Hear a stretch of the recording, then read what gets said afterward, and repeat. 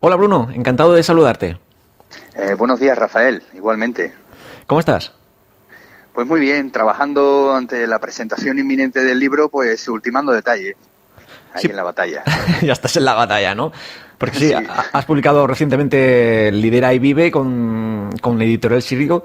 ¿Cuál es el motivo que te ha impulsado a hacerlo? Bueno, pues sobre todo la experiencia de trabajo que se va acumulando y uno en esa experiencia pues dice, oye, voy a ordenar ideas. Y cuando empiezas a ordenar ideas resulta que aparece algo que alguien dice, oye, eso es un libro. Y dice, ah, pues venga, pues vamos a sacarlo entonces. Básicamente eso, y por otro lado es una temática, el liderazgo, la gestión de los equipos, pero sobre todo la gestión de uno mismo, que me interesa mucho a nivel profesional y personal, y creo que, bueno, pues quería aportar también mi granito. Sí, porque ¿qué nos aporta ser líderes? Pues básicamente una manera de entender el crecimiento personal y el crecimiento profesional desde la psicología, sobre todo el lenguaje de la inteligencia emocional y la psicología positiva. Y aporto pues un camino que no es exclusivo, no es el único, pero me parece que es un camino que está validado, que está consolidado por la ciencia y en un lenguaje muy ameno, muy divulgativo para cualquiera que quiera adentrarse en él, en la búsqueda de su excelencia, diríamos. ¿Y cómo piensa un líder? ¿Cuál es la diferencia?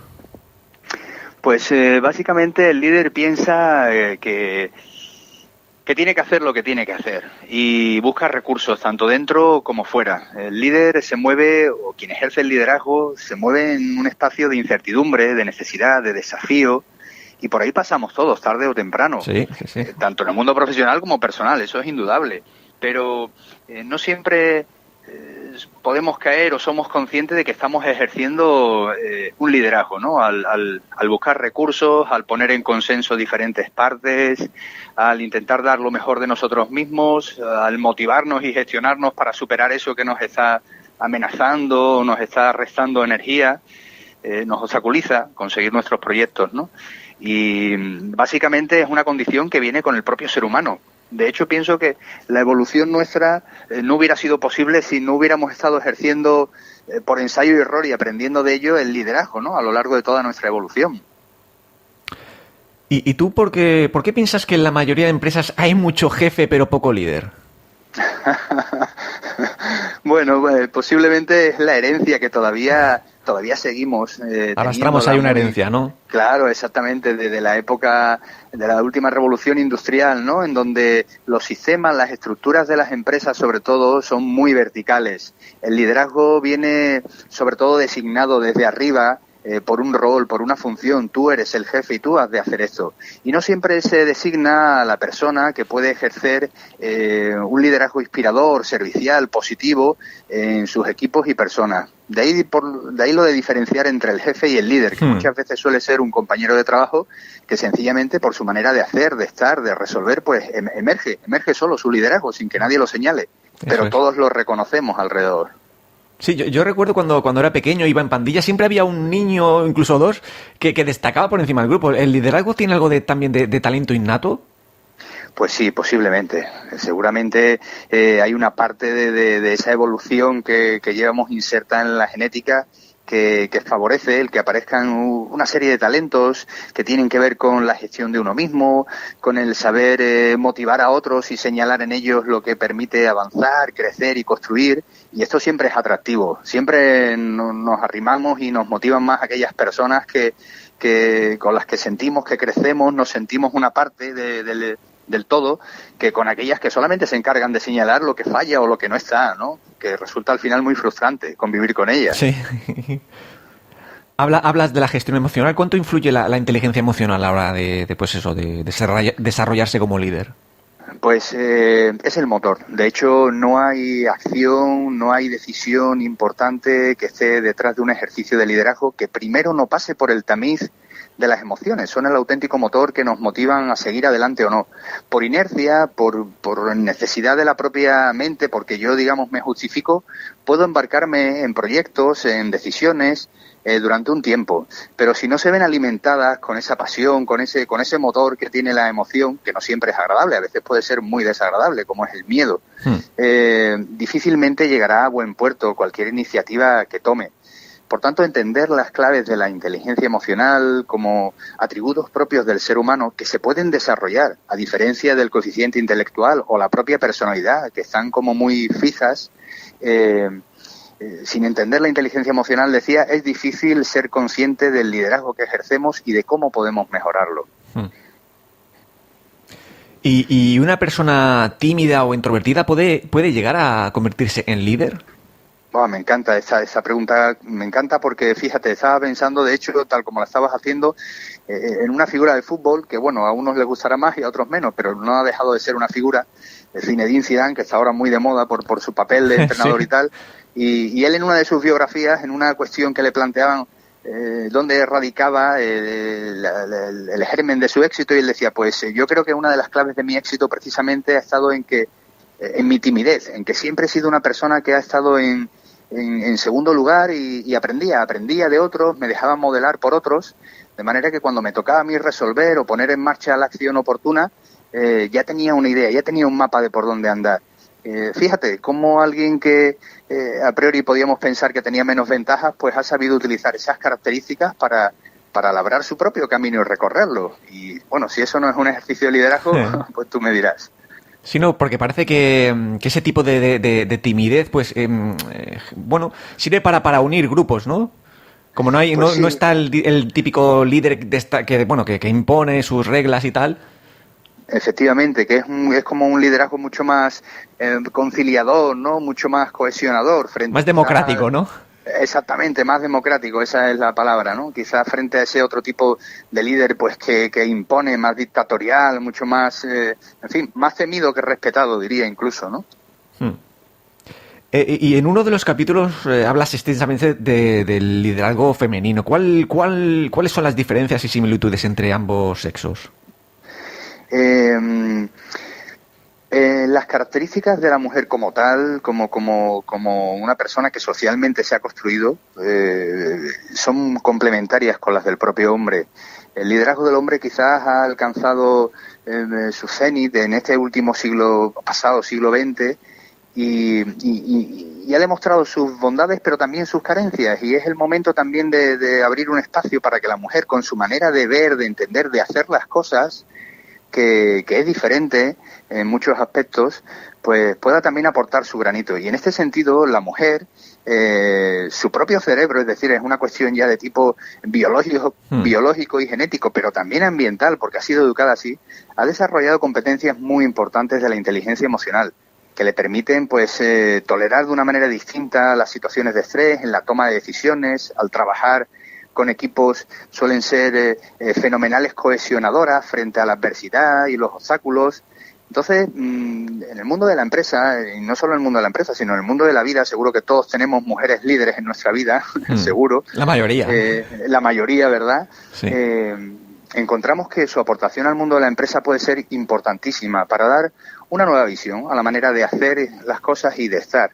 De ahí que dedicara conscientemente un capítulo solo al liderazgo de la mujer, con modelos, con ejemplos que ha habido en la historia, no siempre ampliamente conocidos, que demuestran precisamente pues ese saber hacer y ese saber estar, que es distinto en muchas ocasiones y también más exitoso en muchas ocasiones, ¿no?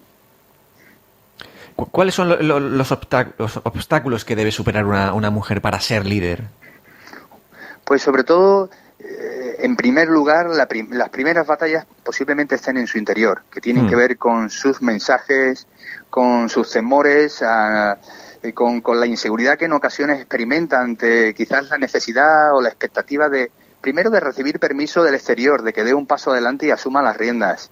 Y luego el temor por recibir algún tipo de censura o reprobación, que la va a recibir seguro, que la va a recibir. Entonces, el primer obstáculo, los primeros de la mujer tienen que ver con ella misma. Sentir que el empoderamiento es una cuestión de ella, alimentarlo, gestionarse, superar esos miedos y dar un paso adelante. Y luego del entorno de la sociedad, los demás también somos responsables en cuanto que debemos de facilitar, permitir.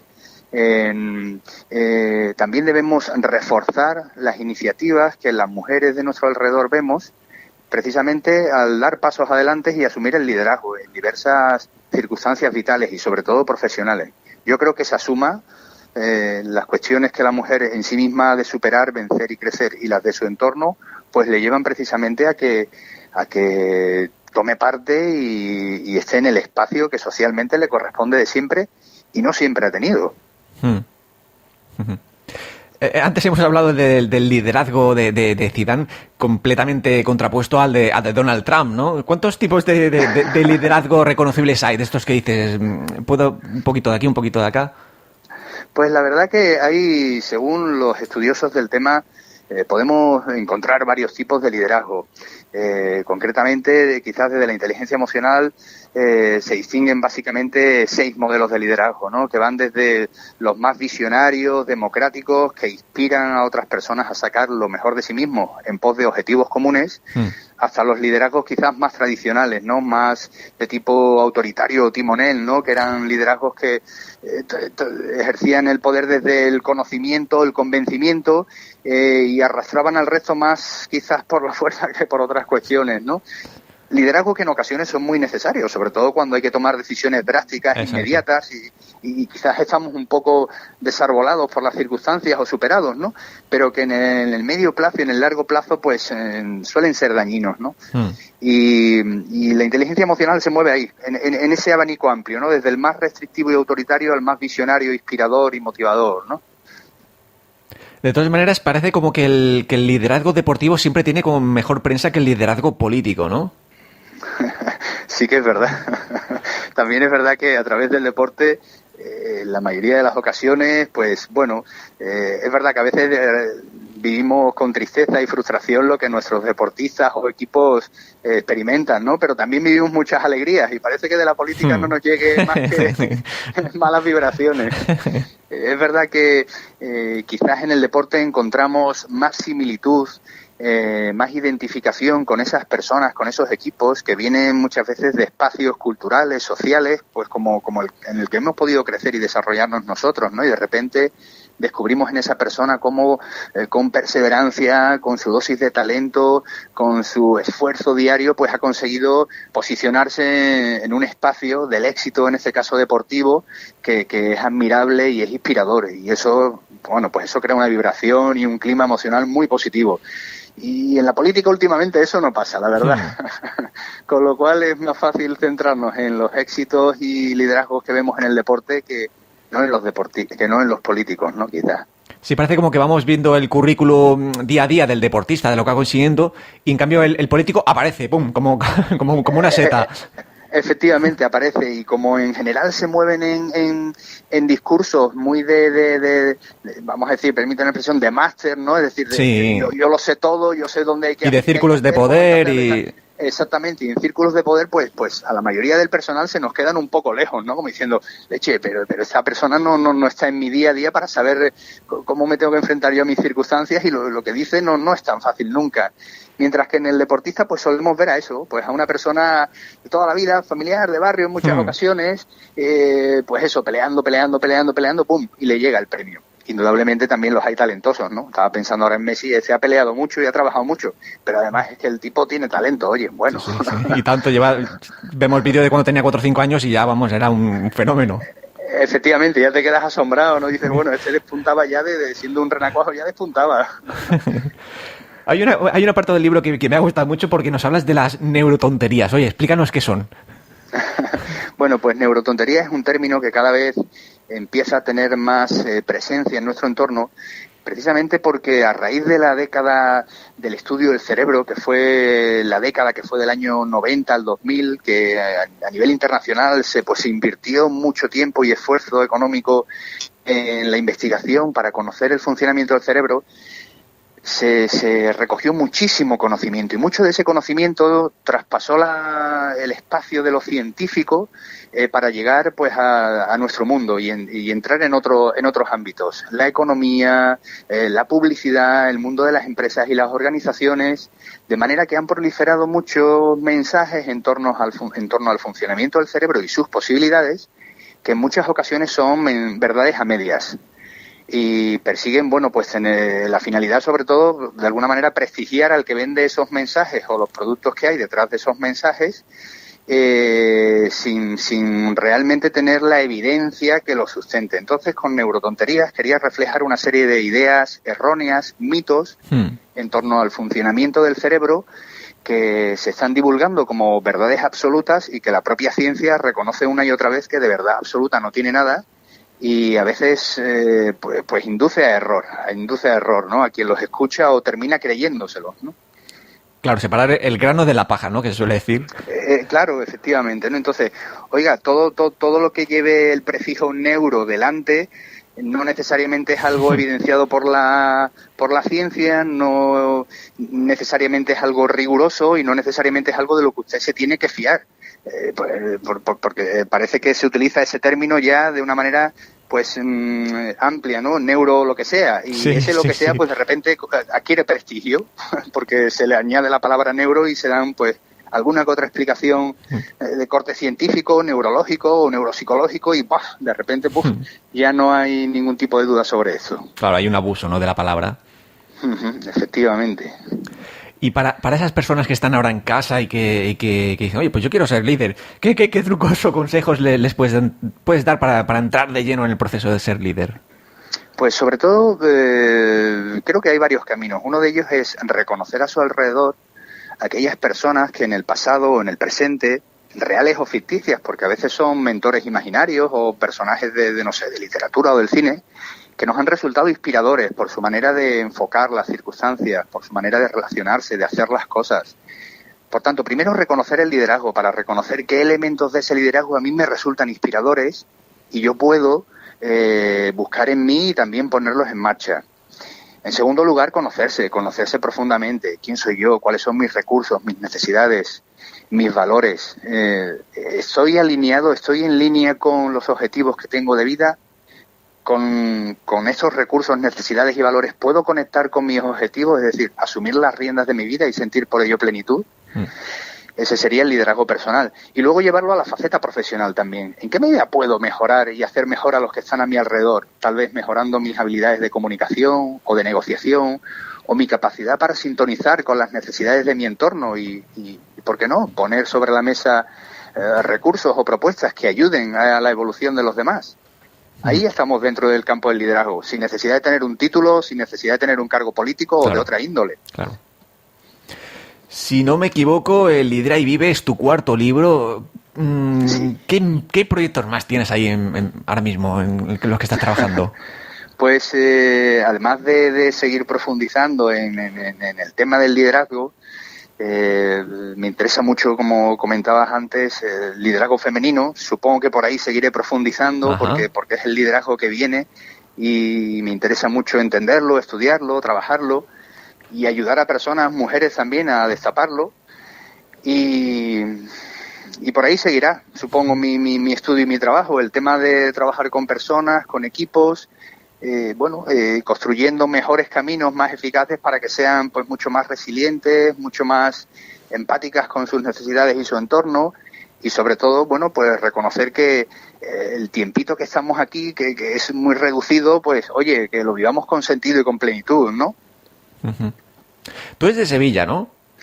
Yo soy un gallego adoptado en Sevilla, porque nací, mi familia por parte de madre es gallega, pero es verdad que llevo aquí ya casi 4 décadas en Sevilla, con lo cual, bueno, no era por preguntarte por el apellido Moyoli, que no me suena. Bueno, pues esa es la familia por parte de padre, incluido el padre, que son italianos. Y de ahí me vienen los orígenes, ¿no? Parte italiano, parte gallego y residente en Sevilla desde hace mucho. Pues fíjate la mezcla como es. Sí, como todos tenemos una mezcla ahí de genes un poco impresionante. Oye, Bruno, y para aquellas personas que se hayan quedado con más ganas de escucharte, de saber de ti, ¿dónde te pueden encontrar? ¿Qué web, redes sociales? ¿Por dónde te mueves? Pues mira, tanto en las redes profesionales como LinkedIn, buscándome como Bruno Moyoli me van a encontrar, y además publico con bastante frecuencia, como luego en mi propia página web, brunomoyoli.com. Ahí igualmente publico con frecuencia, saben y ven qué tipo de acciones y circunstancias me muevo y estoy desarrollando.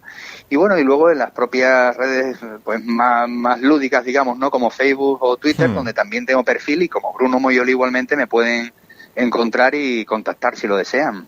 O sea que por recursos no será. No, efectivamente, hay varias ventanas a las que asomarse a mí y a mi trabajo. Y además supongo que, bueno, ahora presentas el libro, ¿tienes alguna presentación ya firmada de Madrid, Barcelona, Sevilla, alguna cosita por ahí? ¿O Pues todavía mira, se está planeando? la más inmediata será este jueves por la tarde a las 8 en la Fundación Cruzcampo, aquí en Sevilla, la antigua fábrica de la cerveza Cruzcampo, que tienen un magnífico auditorio. Además la daremos en directo a través de Periscope, la red qué buena idea, sí. de Twitter, con lo cual quien quiera, a través de la cuenta de Twitter estando conectado con Bruno, @BrunoMoyoli, pues lo podrá seguir. Y no será una presentación al uso, porque habrá una pequeña conferencia, no quiero dar más detalles porque quiero que sea una sorpresa. Hay un evento con distintas partes donde, bueno, vamos a intentar que los asistentes, esperamos ya casi 200 confirmados, Bueno. Pues se lo pasen bien, aprendan sobre liderazgo, aprendan sobre inteligencia emocional, se emocionen, se inspiren y sobre todo se diviertan. Y luego al final de la presentación, oye, pues la Cruzcampo pues ofrece allí una cervecita fresquita y un picoteo, con lo cual es un cierre magnífico. ¿Y los que están en casa con Periscope también reciben la cervecita? Bueno, se la pagan ellos. Les mandaré mis mejores deseos, pero me parece que van a tener que tirar bueno, la nevera. tienen la nevera al lado, así que pueden tomarse las que quieran. Oye, y Bruno, ¿cuál mensaje o idea final te gustaría que quedara de esta charla? Pues me gustaría que el oyente se hubiera quedado sobre todo con una idea clara. El liderazgo no es algo que se compra ni se estudia, es algo que sale de uno, de dentro. Todos tenemos la semilla del liderazgo en nuestro interior y hemos tenido ejemplos de liderazgo a lo largo de nuestra vida, seguro.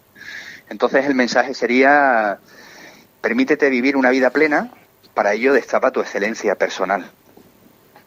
Básicamente sería ese. Pues nos quedamos con este estupendo mensaje. Bruno, ha sido un placer charlar contigo. Pues el placer es mutuo. Aquí, bueno, en Red Samsen tienes tu casa, eso ya de entrada. Pues muchísimas gracias, ¿eh? Además no descarto subir e ir en distintos momentos a lo largo del año por la zona, o sea que me encantaría, si voy por la zona, pues darte un toque y poder compartir otros minutitos, pues mira, que ha sido muy agradable. Y tanto, ya bueno, esto, manténme informado. Muy bien. Muchísimas gracias. Un abrazo. A vosotros, un fuerte abrazo.